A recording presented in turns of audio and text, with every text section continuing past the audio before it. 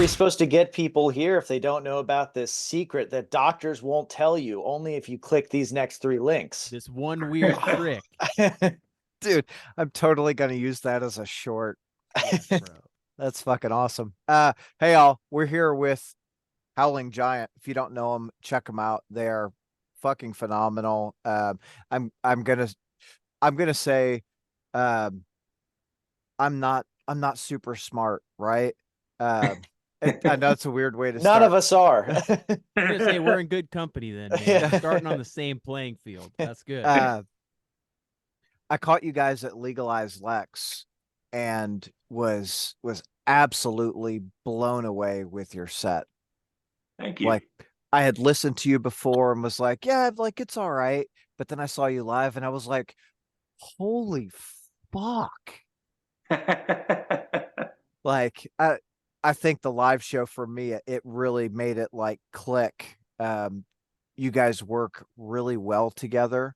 The sound is fantastic. It's like all of the stuff that you love. It's some Rush and some Pink Floyd and some just good like stoner shit in there. And I was like, oh, thank you. I feel like I really needed this tonight, Yeah, I appreciate you saying that. I feel like, for us as a band, we definitely started by jamming a ton together. So I feel like we're kind of a live band first, and we try to make a sweet record, but, I think the live experience is where we kind of do come to life. So I'm glad it worked on you. It did. Oh, it did. I was Nice. I was fucking blown away. And obviously Legalized Lex, I think overall went really well, and there were a lot of really, really good bands there. Yeah, it Braun was put super together a fun. great fest. I mean, we've been buddies with the Crop guys for a little bit here, and when he hit us up about the fest and told us the other bands playing, we were in immediately. Yeah. Yeah, it was a really stacked bill. I mean, Fairy Ring, Blessed Black, and I'm sure you guys caught it, but they had a wedding going right across the street. Yeah, that was great, man. Yes. I We think were they sent someone over to ask us if we could like turn it down or like Mhm. hold or something. I was like, man, I Yeah. feel for you guys, I do, but it is a stoner festival on 420, so Yeah. like it kind of is what it is at that point, Yeah. Yeah. And that bar is known as, like a live music venue. So Yeah. like They it kind of sucks picked the wrong day to do that. that's the truth. And did you guys catch that first band Period Sex at all? yeah. I Yeah. believe I caught them a little bit, yeah. I was like, oh, I hope they're giving vows right now. Yeah. Like, oh, fuck. Probably were, man. I mean, at that point, I think it would have been best for them to lean into it, just recognize that we are now having a stoner rock wedding. They were getting married on 420 anyway. They Like, I probably mean, were, come on. Yeah. But it's Yeah. like they got to just come on over at that point. Be like, Yeah. man, listen, we'll talk to Braun. We'll cut Yeah. you guys a deal at the door. We get your whole wedding party in here, man. One big party. Let's One get big it. party. Well, and they didn't even have to pay for live music. Oh my gosh. Right? Like, They had free entertainment. right.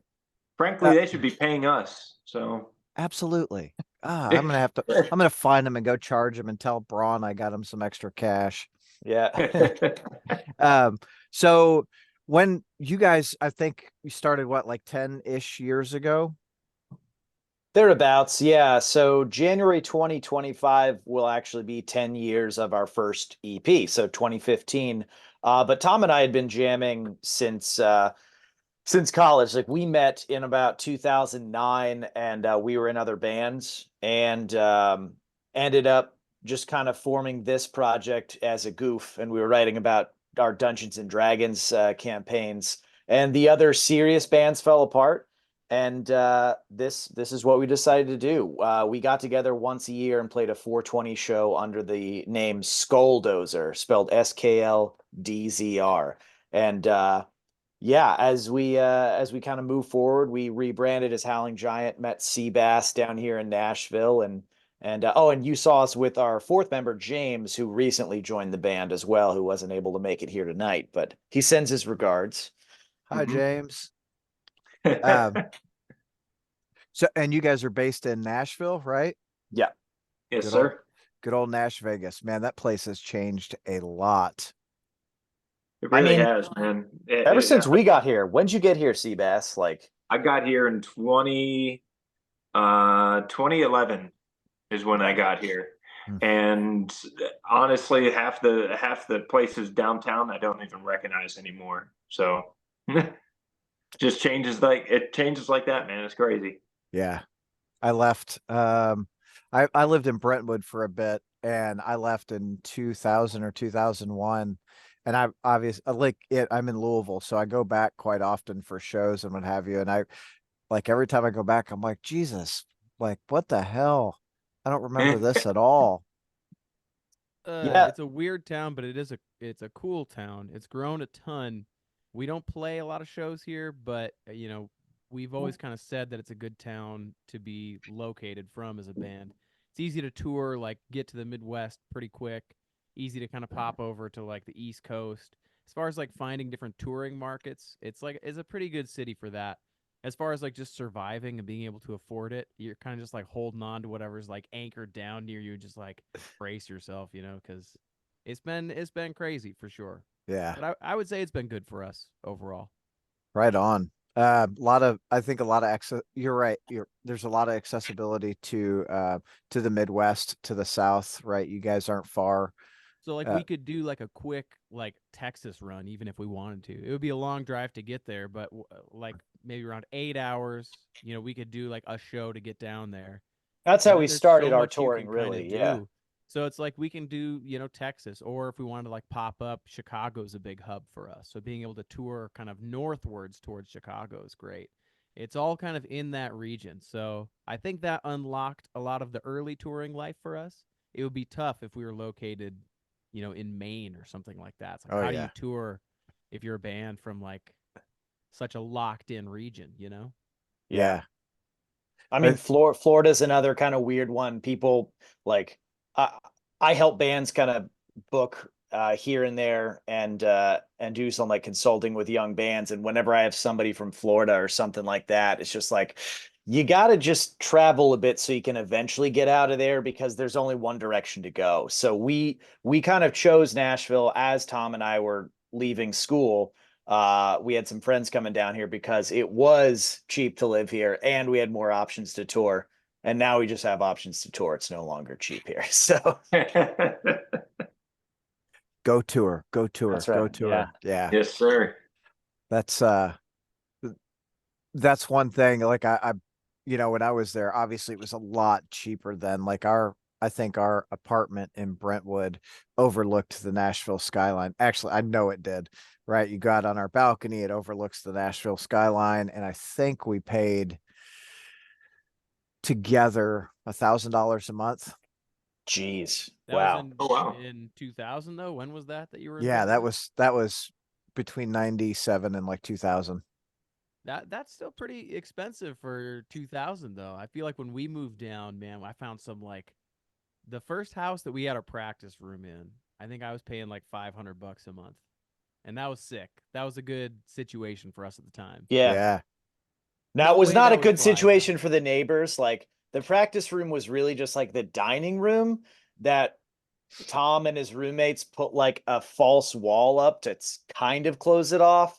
And it was very loud. Nothing was really soundproofed, but we figured it out. No one really complained except for your roommates. We were like, this is just how we have to practice. So Yeah. Sorry, but it's gonna happen. Yeah. So when you guys start, obviously we're gonna switch because I have really good segues here. Uh, just looking at Glass Future as a whole, it's a really solid like piece of work. I feel like it flows really well together. When you guys started writing it, was it did you have like did you have the idea, hey, we're gonna kind of go this direction, or uh, was it like we're just gonna let whatever happen happen? I think that when we are writing a record, the beginning phase is to just write some riffs and some songs that feel cool. And we're not super worried about the identity of the record yet. I mean, it depends. There are different situations. In the past, we've done ones where we had a clear concept of a storyline. And so to match the story we were trying to tell, we would write music to reflect that mood. For this one, though, I think it was just like writing some songs we thought were cool and then listening back to them and saying, like, what are these songs about and which songs do we want to include on the record? So Yeah. the first attempt, I think, was just almost a scatter shot, just make some stuff. And Yeah, then once you this have some material, it's easier to take a look and see, like, what is the flavor here, you know? Mhm. Yeah. Leading up to Glass Future, everything was highly conceptual. So like we did Black Hole Space Wizard part 1 and 2 EPs. So, you know, 2 concept EPs. The Space Between Worlds, when Tom and I started to write that, and that's when Seabass joined the band and came in, we had an idea of where this was, where it all was going. We did the split with Sergeant Thunderhoof about Masamune and Muramasa, Japanese swordsmiths. So like everything was conceptually planned ahead, where this one was, we just kind of wanted to get away from that a little bit. So we wrote like 18 songs, and then you know, the ones that are on there are the ones that made the cut. So there's a bunch, you know, sitting back there, and we kind of molded the record after the fact a lot more than we were used to. Right on.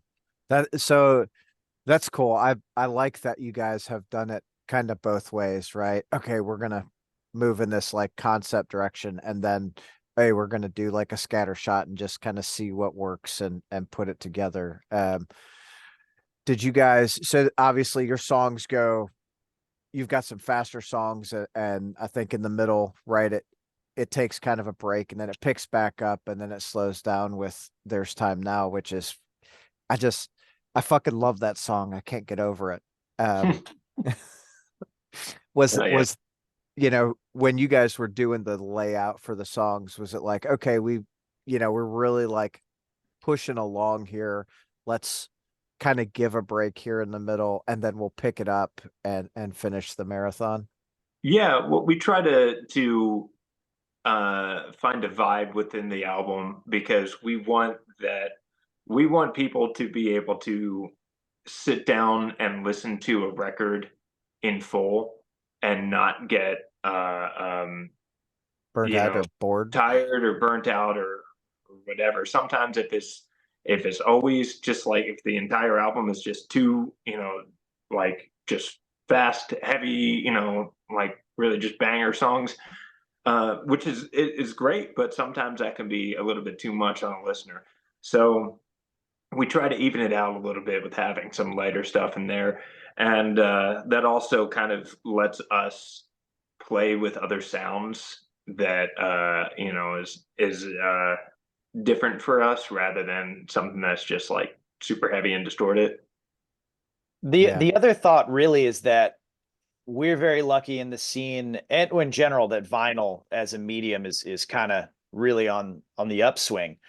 So when we are making this record, we are thinking about what side A and side B is going to like be like, and what that flow is like for the record. Again, like Seabass was saying, like something so it's not too fatiguing. So we're not just thrashing for a half of a record and then it's slow. Just a natural progression. So there's just variety, you know? Yeah. It's a really good way to lay out a record, right? Because it, it is hard, especially now, and like with short attention spans. People are like, okay, 2 songs in, cool. I want to listen to something else, or whatever that is. So the way you guys mix it up, and your sound particularly, right? There are so many elements coming into it. I think it really it lends to the listener being active with it, like, oh shit, like that bass line is really good. And I like the way the guitars are really coming together here. And I think that there are a few ways to look at making a record, and there's the pop approach, which would be to like pick your 4 potential like radio singles and load them on the front half. And the hope is that those short attention spans just grab on to one of those. And then it's almost like the back half truly is kind of like a throwaway, like whatever songs they have left just to fill out the record. I think what we try to do is look at a record like this, like a piece, like a single piece of art. Yes, it's a collection of these songs, but like Glass Future should kind of be viewed as like one piece, you know? And if you can pick like the right album flow, I think even with a short attention span, people are going to want to like listen to what's coming next. And I also think that even with like a short attention span, I don't think someone would like, for example, start watching a movie and if they're into the first like 20 minutes, I don't think they're just going to bail. It's like if they're Right. hooked, they're going to listen to it for the full piece of art that that movie is. I almost hope to have that kind of cinematic approach with a record where it's like we will hit it hard and heavy with this record, but if the flow is right, you're going to stay for the ride. So anyway, Yeah. I think that's what we were trying to do with it, and generally speaking, that's what we try to do with a record. But with Glass Future, I feel like you guys really nailed it with that. I'm I always say I'm older, right? I'm pushing 50 at this point. So I grew up in a time where, like you're saying, like the whole album is a piece of art. So when you got it, you didn't just listen to a song or two off of it. You listened to it from start to finish, right? Mhm. Like music really came out, it grabbed you, it took you on a ride wherever that journey was, right? It's And interesting how, like, in the 90s, I felt like there were a lot of records that were sometimes, like, too long, though. Like, the flow wasn't good, but it was super long. One of the examples, it actually probably was like the early 2000s, really, but I know there's some Devin Townsend work. I love Devin Townsend, but he has, like, a couple records, I think, that were, like, 90 minutes plus, and it's almost this maximalist, like, make a record as huge as you can. And I think there's a sweet spot, you know. It's like it doesn't have to be long, it just has to feel like connected from start to finish, you know? yeah. Mhm. Well, and I think that's what a lot of artists are, a lot of pop artists, I feel like are missing out, right? Because there's not a connection through. It's like it's a collection of art, little art pieces, right? This song is this song is that, and there's not a super solid flow all the way through it. Where Mm-hmm. I think that's where a lot of people are really driven to the underground or the less popular bands because there's not as much pressure to go out and sell a million copies, right? Like you can sit back and go, okay, this is what we're doing as a whole concept album, concept EP or whatever that is. And it lends to just better music, better live shows, um, in my Man, opinion. I think it's like, you know, obviously I'd love to sell a million records. You know, Yeah, that would be dope. But I think the drive maybe isn't to like make money first. It's right. like the first thing we're trying to do is make the art. And then almost secondarily, it's like, sure hope people buy this, you know. Yeah, Right. So now I hope we sell a million records. yeah, We'll see. Yeah. You know, we probably will. No But it does guarantee. all start with the same thing. It's us in a practice room showing each other something that we came up with and we work on it together and make something that we as a collective enjoy, you know? And that's ultimately what it's all about. yeah. So to Absolutely. find people live, like, like the scene in Louisville, for example, that a lot of different bands have brought together, like Swamp Hawk and Crop and everyone else, is just like, man, it's awesome to find people that are into the stuff that we are doing. Yeah, I was pleasantly surprised with the amount of people that showed up to legalize. Um, Being Braun's first, first like festival he was doing. I expected people to show up, right? Because it's there again, the bill was just stacked from start to finish. Um, but I didn't expect as many people to show up as they did. I Hmm. was like, fuck yeah, dude. Yeah, that's what Uh, it's all about. for sure. So it's a solid community in this area. Hmm. Um, for you guys, was there a standout band at Legalize where you're like, oh, I didn't expect them to be that good, and they really blew me away. For me, it was probably Fairy Ring. We've played a show with them before. Yeah, dude. And I'm just really drawn to that kind of style. It's like, man, there is a throwback element to what they do, but they do really bring a lot of like fresh ideas to it. So I think they do a great job of like, man, there's this vintage heavy psych going on, but it is still fresh. It is still like melodic, and they just have a high energy. So for me, I feel like I had a blast watching them. Yeah. It was good to see She again. Like I feel like their set and they were outside. It was one of the best times that I've seen them. We've played with them a bunch, but like man, they sounded amazing. Dude, so good. Yeah. Yeah. Just they're kind of like chasing different directions with new recordings and stuff like that too. So like there's some melodic vocals starting to get involved a little bit more. It's awesome, man. They're heavy. Yeah, and Yes. I got to piggyback off that. I mean, She was just one of my favorite performances of the weekend. They Mhm. absolutely blew me away. Right on. They were fantastic. It was, it was really hard to keep up with all the bands because it was the way he laid it out was really, really fucking good. So you had the opportunity to go see every band, and you weren't going to miss everything, or you weren't Mhm. going to miss anything if that is your intention. Yeah. Yeah. Fairy Ring, always a fucking great live band. Like those dudes, every time I see him, like especially Alex, dude, with the bass, he's out there fucking kicking and swinging, and Yeah, man. you know, That was some energy. That was really fun to watch. yeah, those dudes are a lot of fun. She, every time I see them, they really kick ass.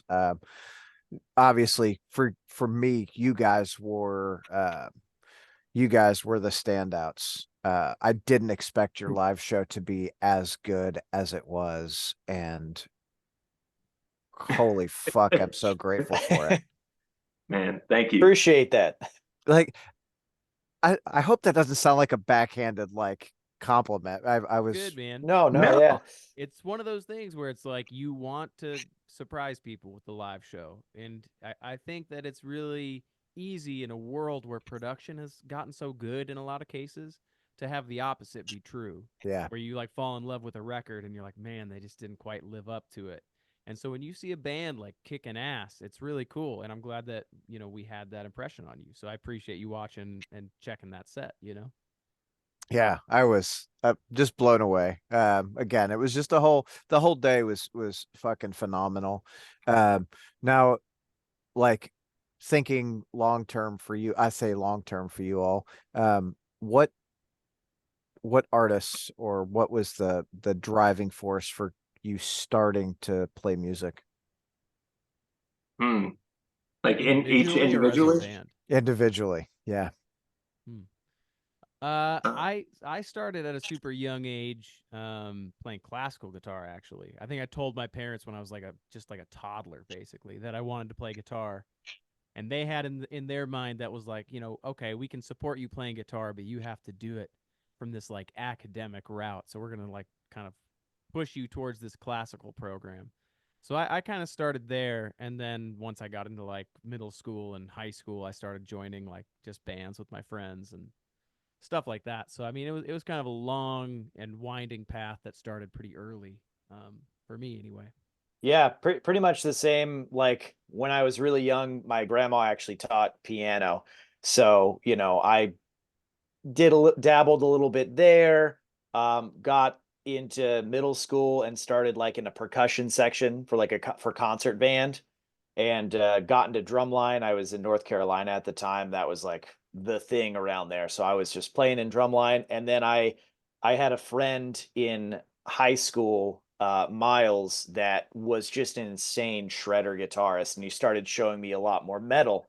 And like I picked up a kit. He was like, "You need to learn these songs." So I just like translated what I knew kind of over. And yeah, and then went to college and met Tom. And after we were done progging out and shredding, it's time to write some stoner riffs. So here Dude, we you are had a now. sick prog career in college, but That's no, right. what I learned was that like audiences don't really like prog music if you're not Dream Theater or someone else. Yeah. yeah. Maybe we were just bad, but I refuse to admit that. We Yeah. were fucking sick, dude.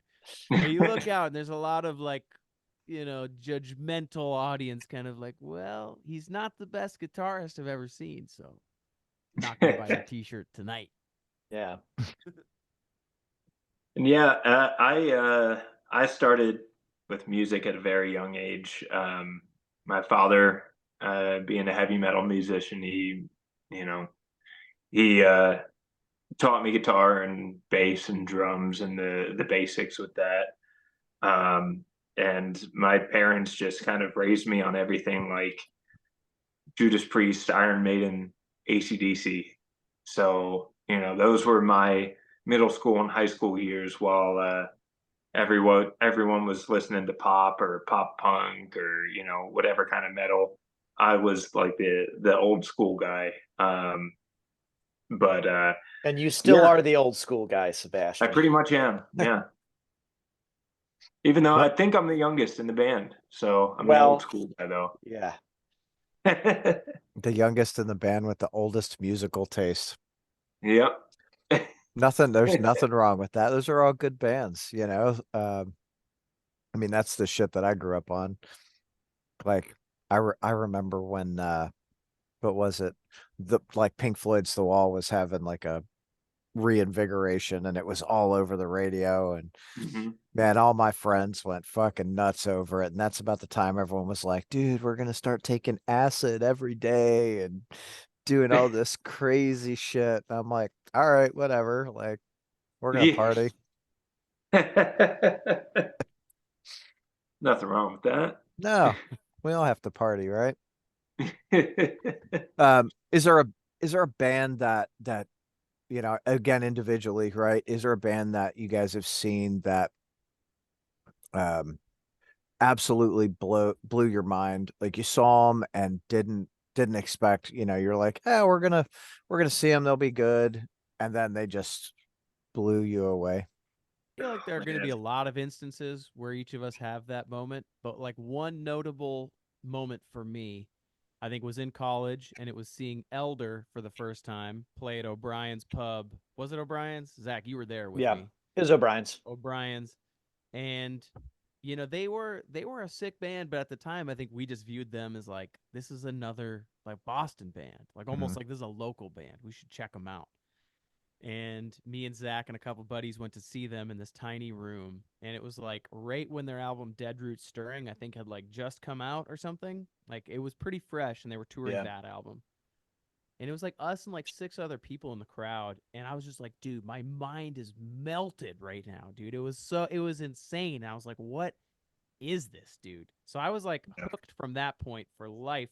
And I feel like later kind of vindicated to see like, dude, they did blow up and become like something like a household name in this scene. Yeah. Cause I was like, dude, these guys kick ass. Like, what are they doing playing O'Brien's right now? You know? Yeah. That- I had a similar feeling when uh this was probably 4, maybe 5 years ago. I saw Primus and Mastodon were coming through Nashville, and obviously I know those names. Um, but they had this band, All Them Witches, opening up for them, and I had no idea who they were. Did not know what to expect. It was just kind of like, it's just going to be an opening band. I don't really care. I don't care Yeah. if I miss them or not. They got on stage and just did the same thing, like absolutely blew me away. My jaw was on the floor watching them. And then the fact that they said it was a hometown show for them because they're from Nashville. I was just like, man, what have I been missing out on with these guys? They are absolutely killer. Right on. Yeah. And for me, in high school, I was going to see Coheed and Cambria with my buddy and had no clue who was opening up, and heard there was some instrumental band that was going to open up. And for me, like back then, the only thing I knew about instrumental music was like kind of like Steve Vai. And like after a song or two, I kind of lose interest if it's like constant shred. So I was like, this is going to suck, and it was Russian Circles, and they blew Oh, my mind. Like they're probably at this point, I've seen them the most out of any other band live. They're so good. Uh, yeah, I was dead wrong. They're so good, and I'm glad I'm wrong, and I'm glad that I've seen them so many times at this point. Does any record they put out, I'm on it immediately. I just have a Those yeah. quick question, Zach. Why you gotta do Steve Vai dirty like that? Yeah. He's got the Hydra guitar right now, dude. It's That's like right. 3 Has necks. lasers. It Yeah. has lasers on. What more can he do to That's right. entertain you, bro? You know who doesn't need lasers? Russian circles.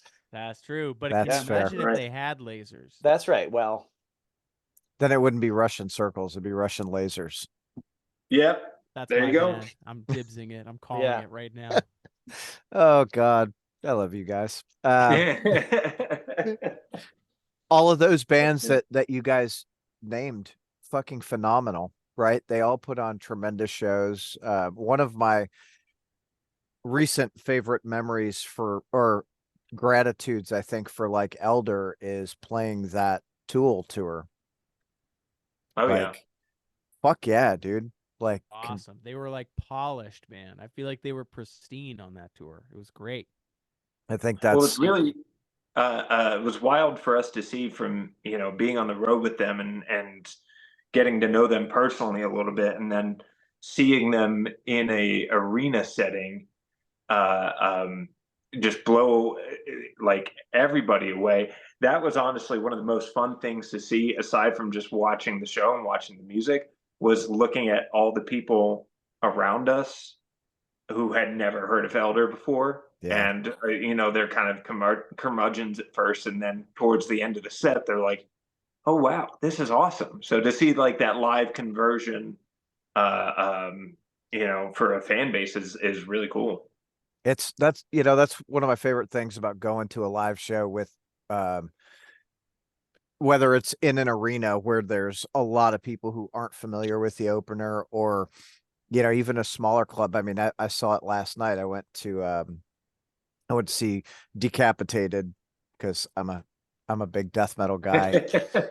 And Allegiant was opening the show, and I love those dudes. I've probably been seeing them live for 10 years. But to get there, I don't think there were 10 of us in the crowd that actually knew them. But by the time they played 6 songs, and by the time they got off stage, the entire crowd was fucking jamming out and loving it. And Yeah. I feel like they sold more merch than all the rest of the bands combined. And I was like, hell yeah, dude, for an opener, that's freaking awesome. That's sick. what you want, man. Yeah. So Nick from Elder, are you guys familiar with Fire Down Below? Yeah. Met them a few times. Well, hung with them a few times in Europe. Yeah. Ripple band. Yeah, good dudes. Yep. Super good dudes. That the last album they had, fucking phenomenal. Low Desert Surf Club. Now, I think Nick from Elder produced it. Yeah, Yeah. he did. Nice connection there. Yeah, totally. Now, what are you guys listening to right now? Oh, I'm always listening to, and these guys will attest to it, I'm always listening to a lot of Nickelback.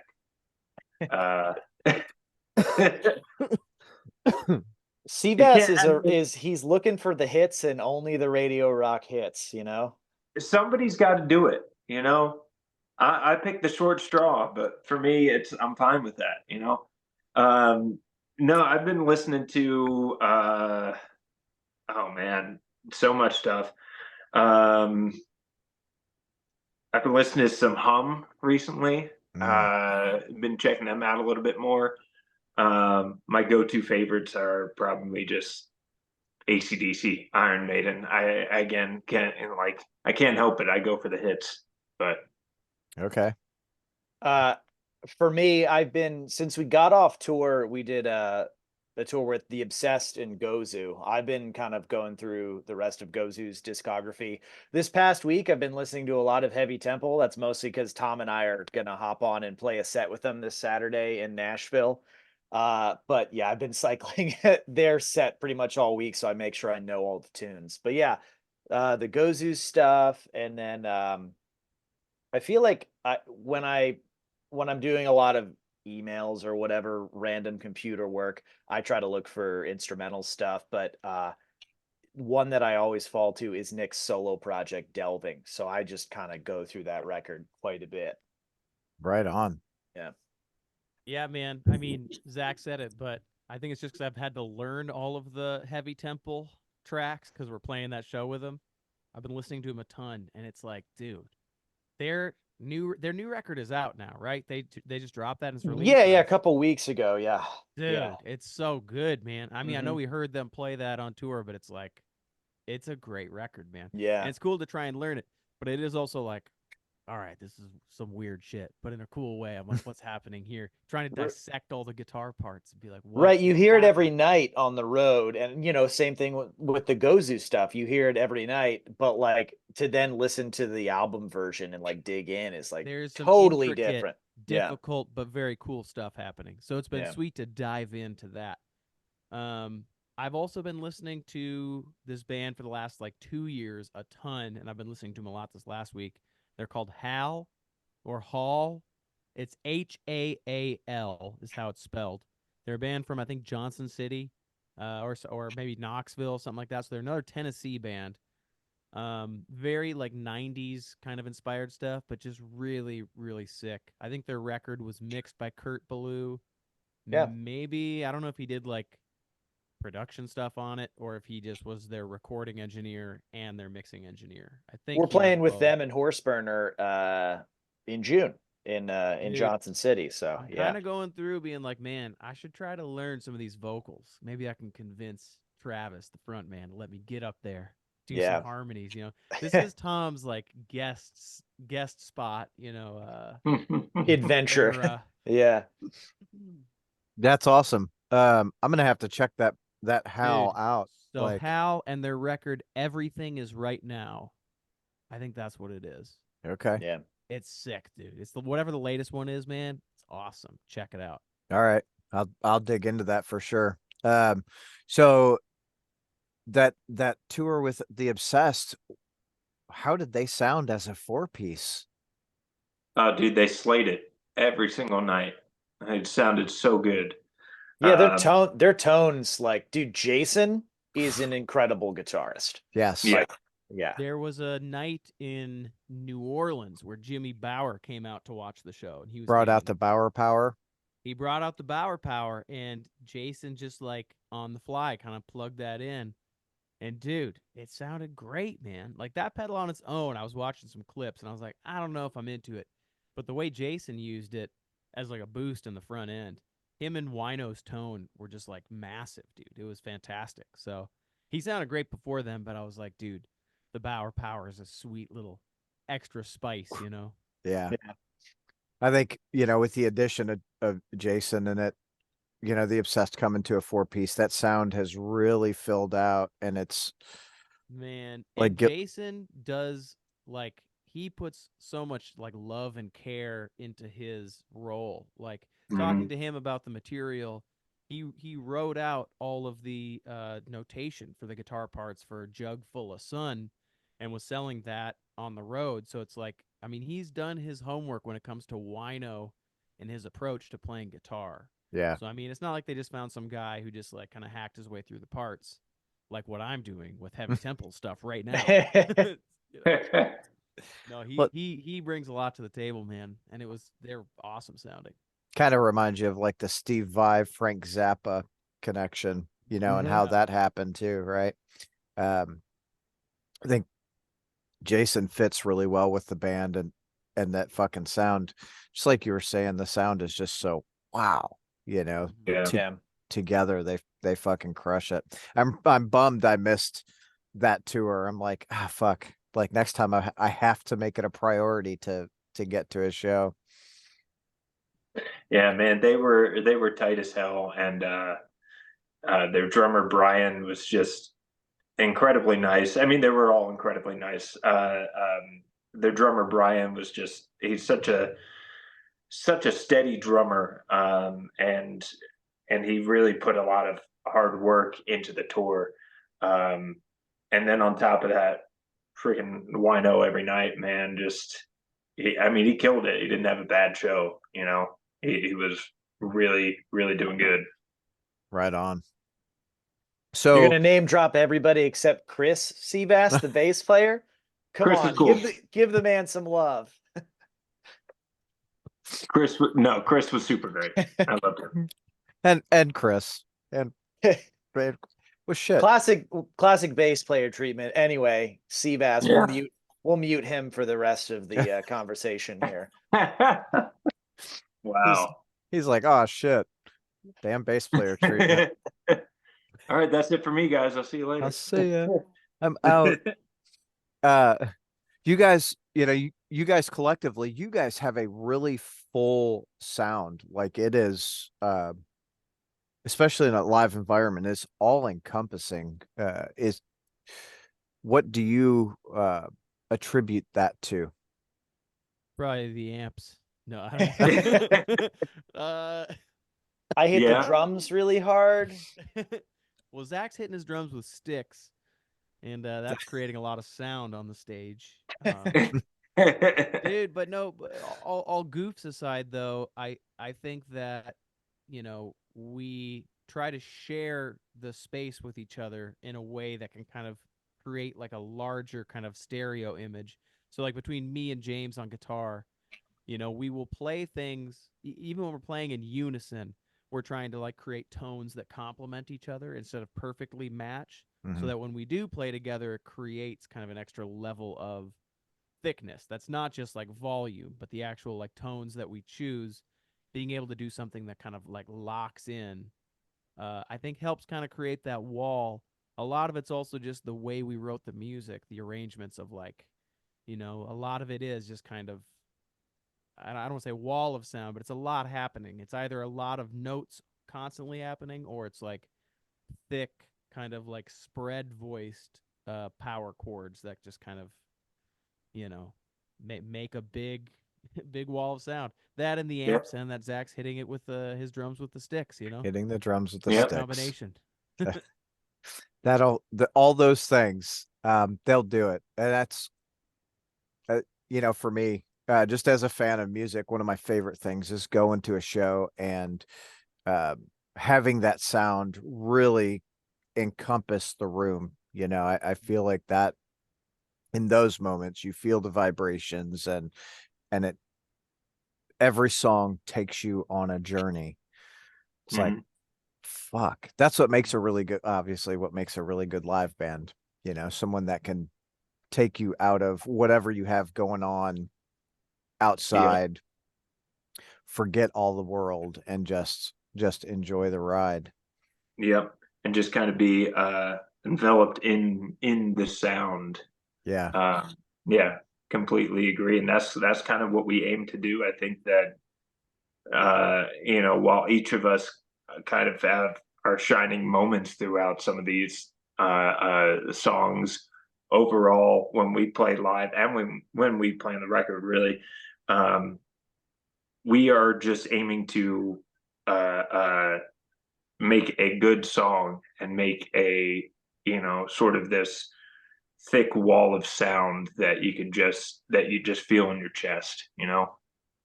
Yeah, you definitely feel it in your chest. I love it. So over the next year, what do you guys as a band have going on and hope to really happen for you? So we're going out with our friends Horseburner for their album release weekend in June. We're playing Magfest up in Louisville in July, and there might be some dates around that. And then we're prepping to go out with Mars Red Sky for basically all of September. Not quite sure what's happening in the fall. We're trying to plot a return to Europe. If it doesn't happen this year, it'll probably be next spring. And between all that, we're trying to write another record.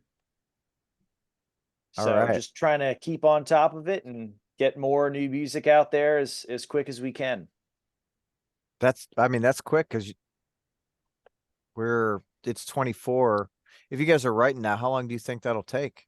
Oh, I mean, from the moment we actually turn in a fully mixed and mastered record, it still could be 6 to 9 months till it actually comes out. So like, I think the I should hope say like is- nothing's like written really yet. We just have Sure. some ideas for what we'd like to do. Just I starting think the the hope is process. to get on like a 2-year cycle. Yeah. Okay. Like, we want to drop a record, and then like 2 years later, we want another one to come out.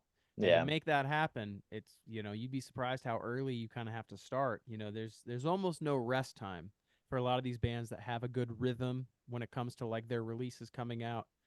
Um, we have some songs right now that I'm really stoked on already. So it's like trying to write more, almost to do the same kind of approach we did with Glass Future. I think that was a good method where I would like to continue that, where maybe we try to overwrite if we can get like 15 different ideas or so and then choose the 10 best kind of showings. I think that's what I'd like to do. But what that probably means is we're writing right now, and when it comes to the fall, hopefully we have an idea when we can start tracking like the instrumental side. That's probably the best schedule wise for that 2-year cycle. Right on.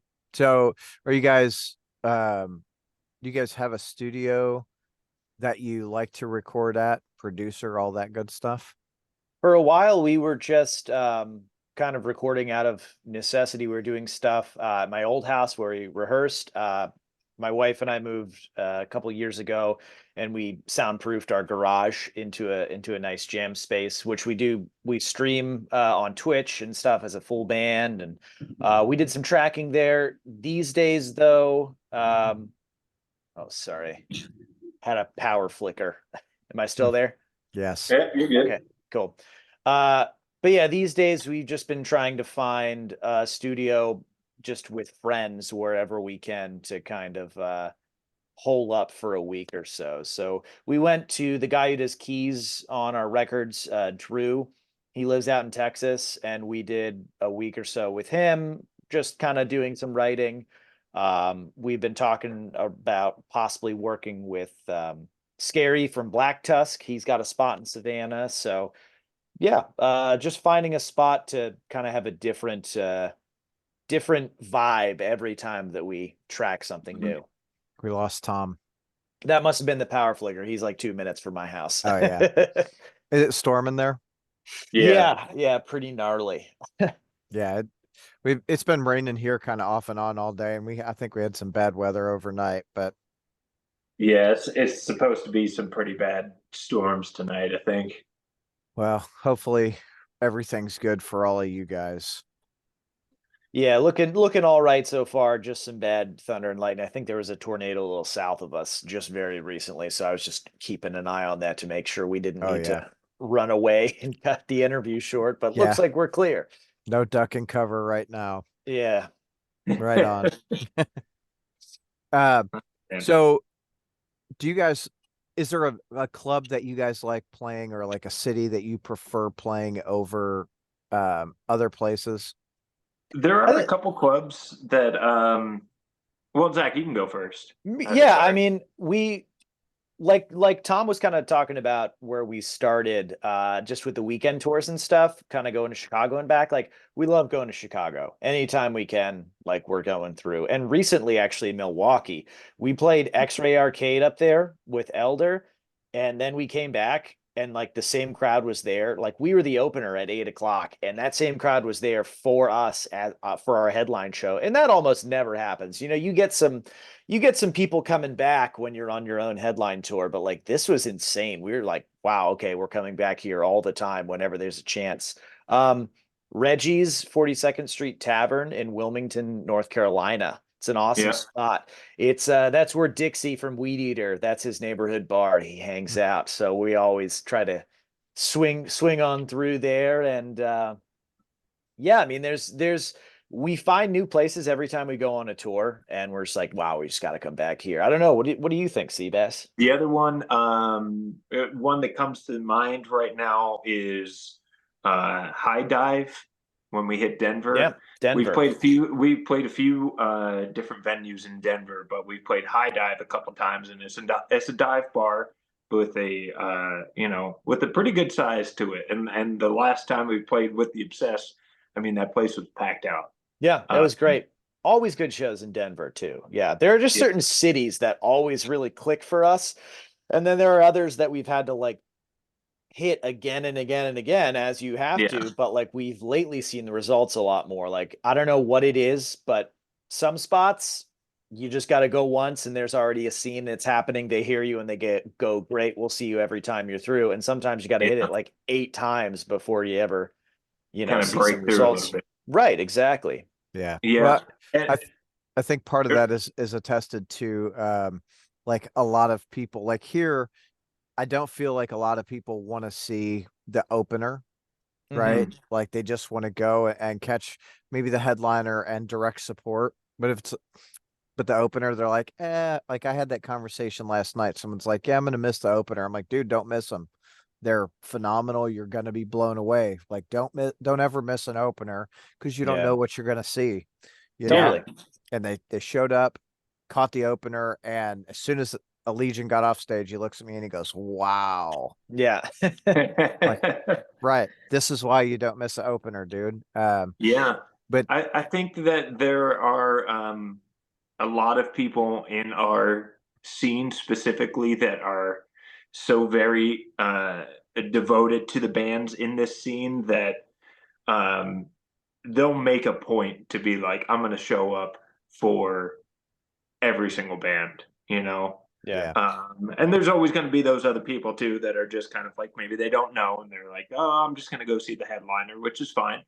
But there are definitely a lot of people in this scene that are like, I love this band, this band, this band, and they're all on the bill, and I'm just going to go see them, and it's going to be awesome. Or to have people like you who are just like letting others know, like, hey, you don't miss this. Like, seriously. Yeah. That's always important. So helpful. Yeah. Yeah. And I'll be honest, I didn't realize you guys are playing the Magbar Festival in July. Oh, like, yeah. I'm like, okay, I can't fucking miss that now. Yeah. It's been a while since we've been back to Magbar, but we love it there, man. It's gonna be great. That's a great little dive bar. We love going through. Yeah. Like that's another spot that we hit a lot. I mean, it's only 2.5, 3 hours from here. So that was a spot like talking about on the way to Chicago. It would always be like Louisville, Indianapolis, Chicago. Like those were the weekend runs, Yeah. And they're all super close, right? 2.5 hours, 2 hours, 2.5, 3 hours, whatever. Yeah. I love that. Yeah.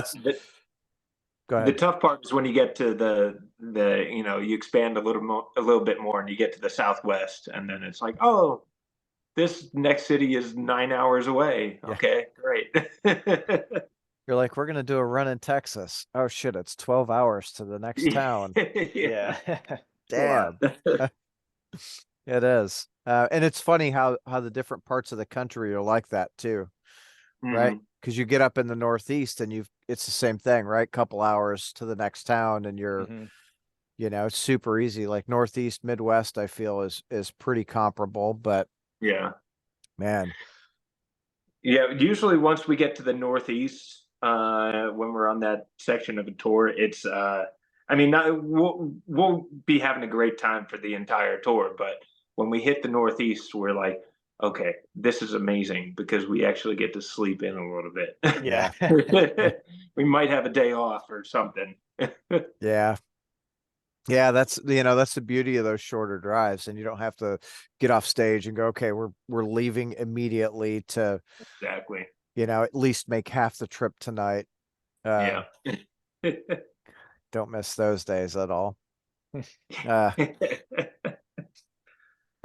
So lined out, I think we've talked about tours up to like fall. In total, how many days are you guys going to be on the road between now and then? Oh man, there are 4 dates with Horse Burner. There's probably 4 or 5 around Mag Fest, and then there's probably somewhere between, I think probably 23, 24 shows with Mars Red Sky, I think. We don't have too much else plotted outside of that currently. Like I said, just kind of seeing what happens for the fall right now. We've been hitting it pretty hard since the record came out last October. Because I mean, leading up was our first European tour. We did dates at home, this long run with the Obsessed. So really just making sure we have enough time to be home and write some new music is really the focus right now. Once we kind of finish this touring summer. Yeah. Well, that's cool. I mean, you're still looking at 30-ish days on the road, Yeah. which is, I mean, shit for any band. That's a lot of time to spend on the road, Totally. Yeah. Yeah. I mean, like, I think the total this year will be a little less than what we did last year, like ending up being like, 60, 70 dates this year, but which is wild because sometimes you hear, like, we've got friends who are hired guns for bands around here in Nashville, and it's just like when they talk about doing like 150 dates a year, it's funny, they're not on the road that whole time. They're doing the Nashville model where they leave, but every weekend they're gone, and then they come home for a couple days, and then they're gone the next weekend. Like, that's wild. Crazy. Yeah, that is pretty wild. Mhm. When I left, I'm sure it's a lot different now, but when I left Nashville, there was an article that came out. It said there were 32 or 33,000 bands in the Nashville city limits alone. Good Lord. Wow. Yeah. Like, holy shit. Checks out. They might share the same 5 members, but Yeah. Yeah. Well, and the population there has really exploded. Yeah. Yeah, it's blown up, man. It's it changed 5 years since I got down here, and then it changed 5 years after that, and then I'm sure it's going to change 5 years after that. So it's just like it's constantly evolving here, and unfortunately, kind of becoming a more tourist based city, but it's still a place that's like really good for us to be based out of. Yeah. Yeah, it is, right? Accessibility. Mhm. I think that's a big thing. That's one thing I like about Louisville is a couple hours to almost anywhere you want to go within the Midwest, right? There Yeah. 4 hours to Chicago, 5 to Detroit, 2 to Indianapolis, hour to Lexington, 2.5 to Nashville, 4 to St. Louis. Perfect. Yeah, it's great. My wife's like, I want her to move to Florida because I'm so tired. I'm just tired of winter. She's like, well, what are you going to do for shows? Well, I'm going to have to make a lot of money because I'm going to have to fly a lot. Yeah. She's like, oh shit. All right. So I'm gonna just say I greatly appreciate you guys coming to hang out and bullshit with me tonight. I really look forward to seeing you guys live again. I'm dumbfounded that you're writing already, and I'm excited for that next album. Awesome. So I greatly appreciate it. And to you too, Tom, although you're not here. Yeah. Pour one out for Tom who lost power. Yep. For sure. So keep doing what you're doing, and I'll see you guys on the road. Nice. All right, Thank man. you so much. Thank you very much. All right. Thanks, guys. See ya. All right. See ya. See you later.